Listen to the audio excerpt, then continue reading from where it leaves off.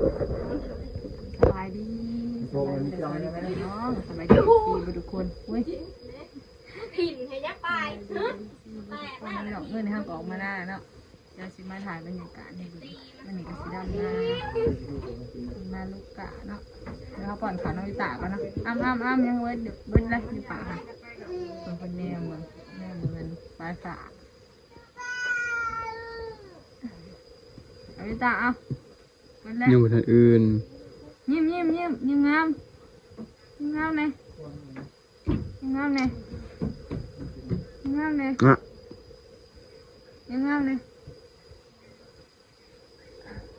มาแต่ยืนหายแล้วนางเซ็กซี่มาก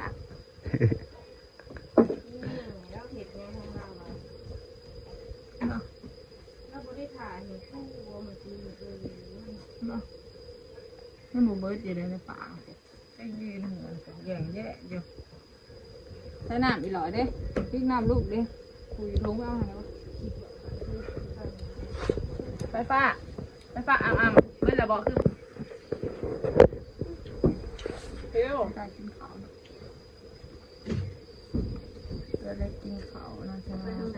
ได้ย่างกินเร็วๆเด้อ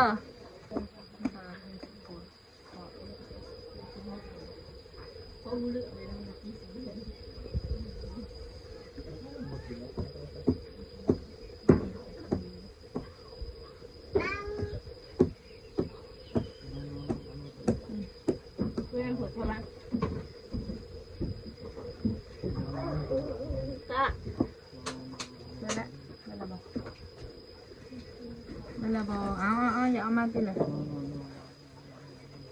มันละนั่งอยู่ทำใหญ่พอดบ่นั่งขนาดข้าวเย็นบริลูกบริ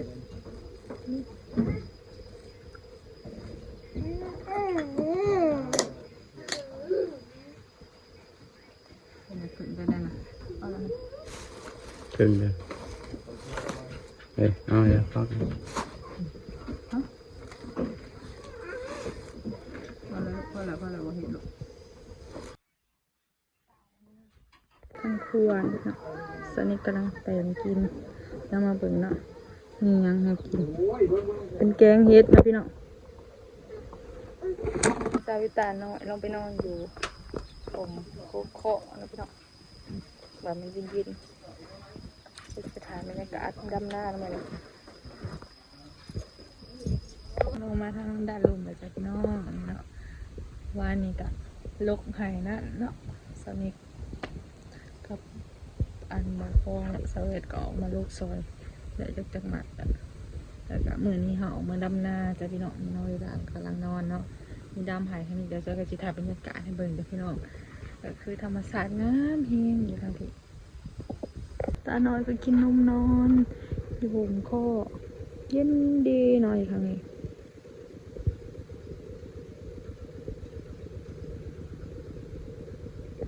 ตาน้อยก็นอนแล้วจ้าพี่น้องรับปุ๋ยแล้ว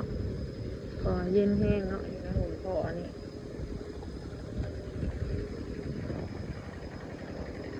เนาะบาวิกากำลังไทยนาก็สีดำนาทางพุ่นเนาะไข่ทางพุ่นก็เดินหน้าจะหายเดียวหรือเปล่า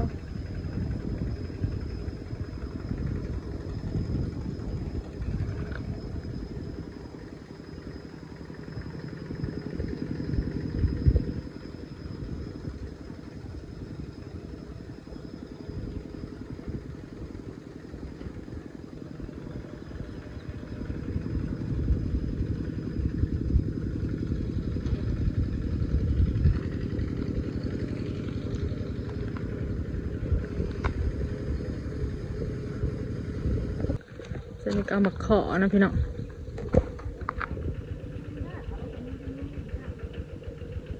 ผมขอมีผมขอหน่อย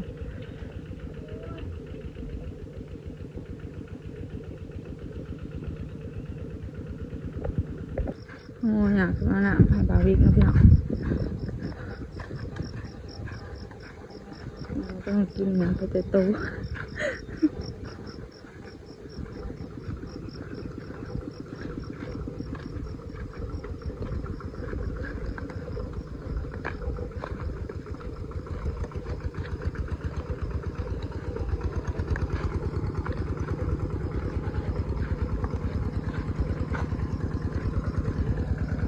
มันกำลังสาม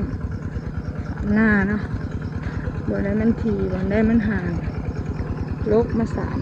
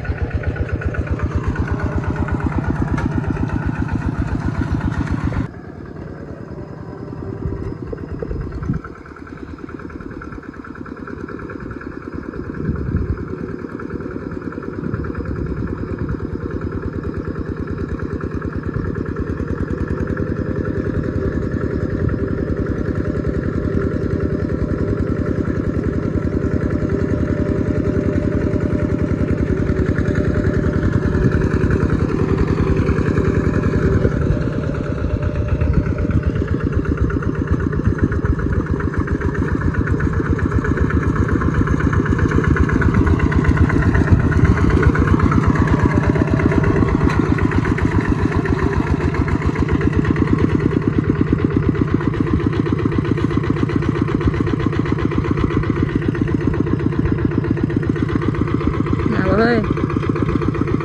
นายบอกอยู่นะ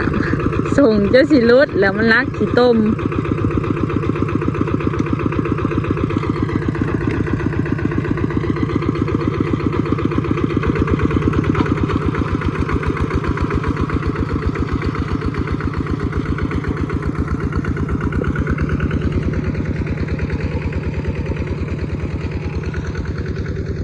ดูเอาเนาะขนาดมันบ่อยทางกับโปมมาใส่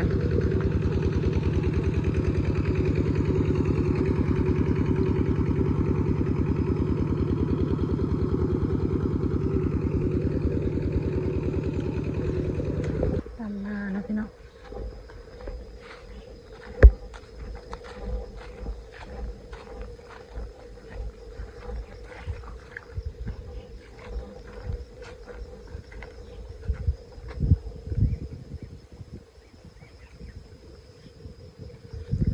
กำลังดำนา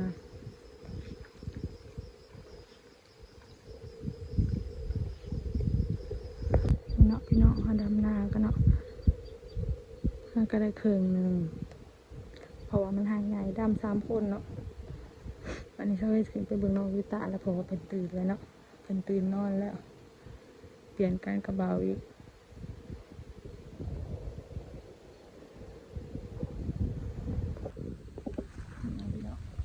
เดือดปิ้งเปียงเลยฝนกับตกโอ้ยประเทศนั่นเลย